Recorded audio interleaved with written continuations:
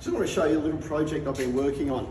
Ever since I've had four-wheel drives or off-roaders for the last several years and vans, I've always had solar panels on the roof, along with an inverter and auxiliary battery. And so I've just recently taken these off the roof racks of our vehicle here, and they're 100-watt panels. And so I use that to charge the auxiliary battery, which I'll show you in a minute, and to keep our fridge running. But the fridge we've got pulls a little bit too much power, so I want to put more panels on the roof.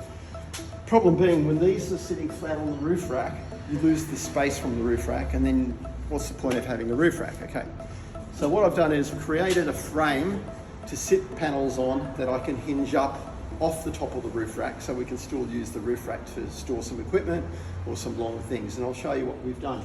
So have a look over here. So I have this frame made, which is going to sit side to side on top of the car's roof racks. Originally the plan was that these solar panels were going to sit nicely in here side by side. That was plan A. All right, so did the measurements, gave it to the engineers, they cut it up, they welded together. I went and got it and went to put the panels in, and my measurements were wrong. So rather than cutting it and expanding it to make them fit in, I had a bit of a think about it. And so that, coupled together with another plan I had, all worked in together actually. Because what I originally wanted was to sit this on top of the roof rack and create, I don't know if you call it, rails that I could wind up to lift it off the roof rack. And by doing that way you could tilt it each side of the roof rack towards the sun, or you could store things underneath it automatically and it still remains stable. So you've still got the use of the roof rack. Anyway, so after I got the frame back and realised it was too small, I thought, oh, that's okay. Well, instead of sitting it inside the frame here, nice and flush, I'll turn it around and sit it on the top. And that way there'll be a bit of extra space to hide the mechanisms to raise it off the top of the roof racks. I couldn't be bothered. It's way too much work. I don't have that time or energy. I'd like to do it one day, but I don't have that time to do it. So what I'm going to do is I've just made it simple. So right now, if you have a look, I've created some offset hinges. Have a closer look here. And I'll show you how it will tie in on top of the roof rack when we're done. But basically the edge of the roof rack is going to sit here and it's going to overlap on the driver's side. On the other side it's going to overlap more to about that degree. But we've got a fold out annex or wing, so which will take up most of that space. You don't even see the overlap so much. And so we've got the hinges on that side. On this side I've got locking flanges. So this will sit on top of locking pins on top of the roof rack with wing nuts. So if we need to lift the panels up, all we have to do is undo the wing nuts and the whole thing will pivot up off the roof. So let me show you what I've got in mind for the mounting. So these panels are 125 watts each, so there's 250 watts worth of panels here. And they're going to sit side by side. And it's pretty close to the actual dimensions of the aluminium, but it's not big enough to sit in it. So this is how it's going to look. It's going to look like that on top of the roof racks. And I'm going to spray the edges black so it looks like the roof racks, nice and black. And I bought something to try and make it a bit more aerodynamic at the front, but it's not going to work. So I bought this with the idea of cutting it in two so we can have like an aerodynamic shape on the leading edge of the rack. But this was when the panels were going to sit inside. Now the panels are going to sit outside and I need something a larger diameter. So as you can see here, it's not really going to work. Ideally it will cover the whole edge. So if you've got any ideas what I could use instead of this, let me know, because I still want to do it. Because going along with the car and that much flat space and all the bugs and extra aero, wind drag or wind resistance. I'd rather just have it smoothed off with something around. We've got a spare pool noodle for anyone who wants it, by the way. Alright, so my next stage or task is I'm going to be masking the panels up so I can spray the edges black.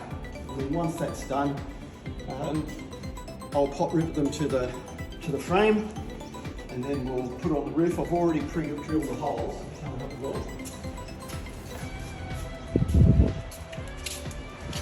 For brackets, and that's a bit of a whoopsie, that one. I was drilling a hole there and the drill bit snapped within the aluminium. I can't get the drill bit out and I can't drill through it, so I have to offset and put a new hole in there. Then if we have a look on the other side, might be able to just zoom in on it. There's a little bracket with a stud sticking up, and that's what's going to tie it down on the other side. So we're going to with wing nuts. All right, let's get started. Need to cut the key here.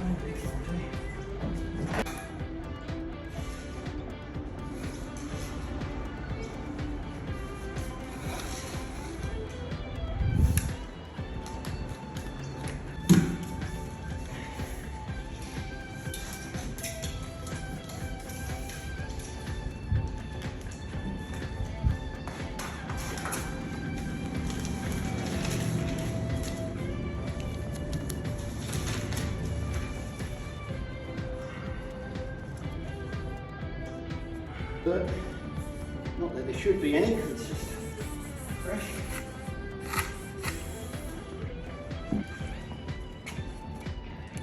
Just using a wax and grease remover to crack the surface. You wouldn't think there'd be too much grease and dirt on it, although it's brand new and I've just peeled off the plastic, but still. Oh, yes. Give the aluminium frame the once over as well.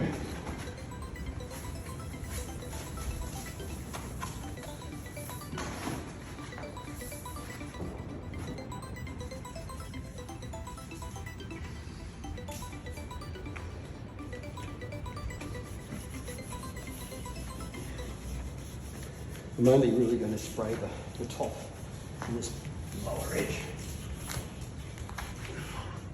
Just the things you'll see.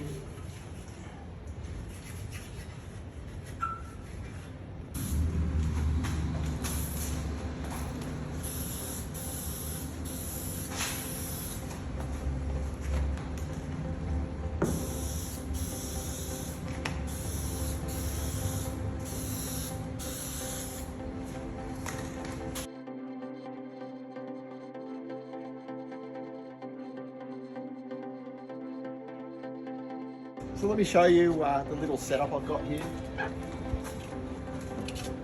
So that's our slide out fridge. It's I don't think it's very efficient, but it's a dual drawer, so it does you can put one side to a freezer and keep the other side as a refrigerator. Now, if you have a look underneath here, this is our electrical setup. That 120 amp lithium battery here. Got an isolator switch. We've got distribution fuses and a link, common link. And I'll show you what's underneath here.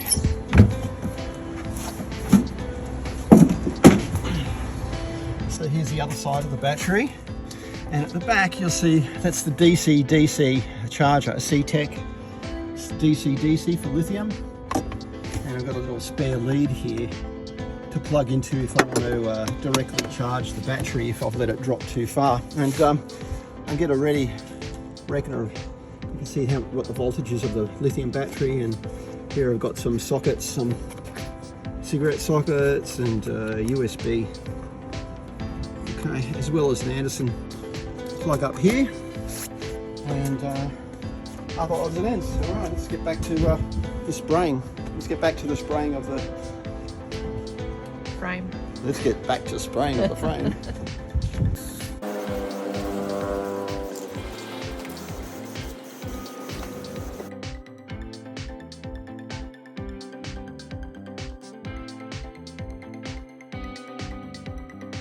All right, so I spent all day yesterday waiting for the paint to dry, and it's more or less dry. It's a little bit tacky on certain spots, but at least I can put it together now. So I'll put the two solar panels side by side on the ground. Now I'm going to put the frame on top of it because as it sits on the roof, the panels will actually be sitting on that. Once we've got it all lined up, then I'll pop rivet it on, turn it over, give it a final spray around the edges, let that dry, and then we can mount it.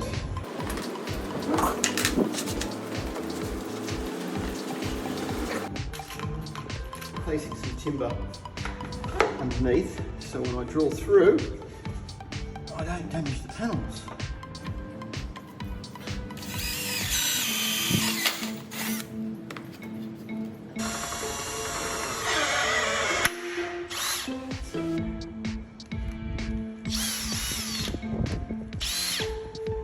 Fabulous. One down, many to go.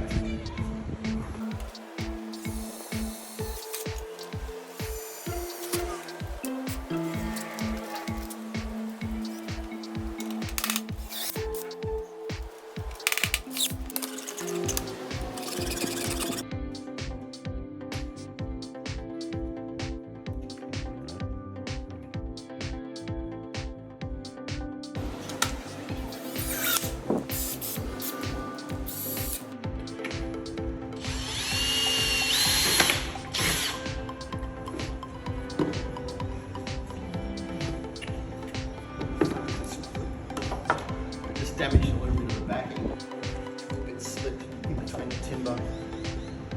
Had a very good edge of the timber on there. Put a dab of silicone on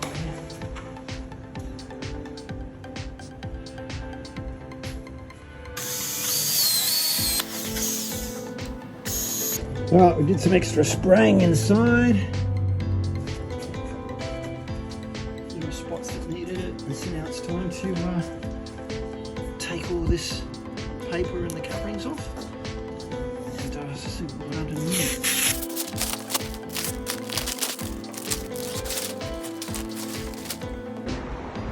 Alright, time to get the solar panels on the roof racks. It's just the two of us, and this is about 40 pounds, 45 pounds, 20 something kilos. So one of us will hold it in place while the other goes on the roof. I'll go on the roof and pull it up. Let's just protect the roof rack.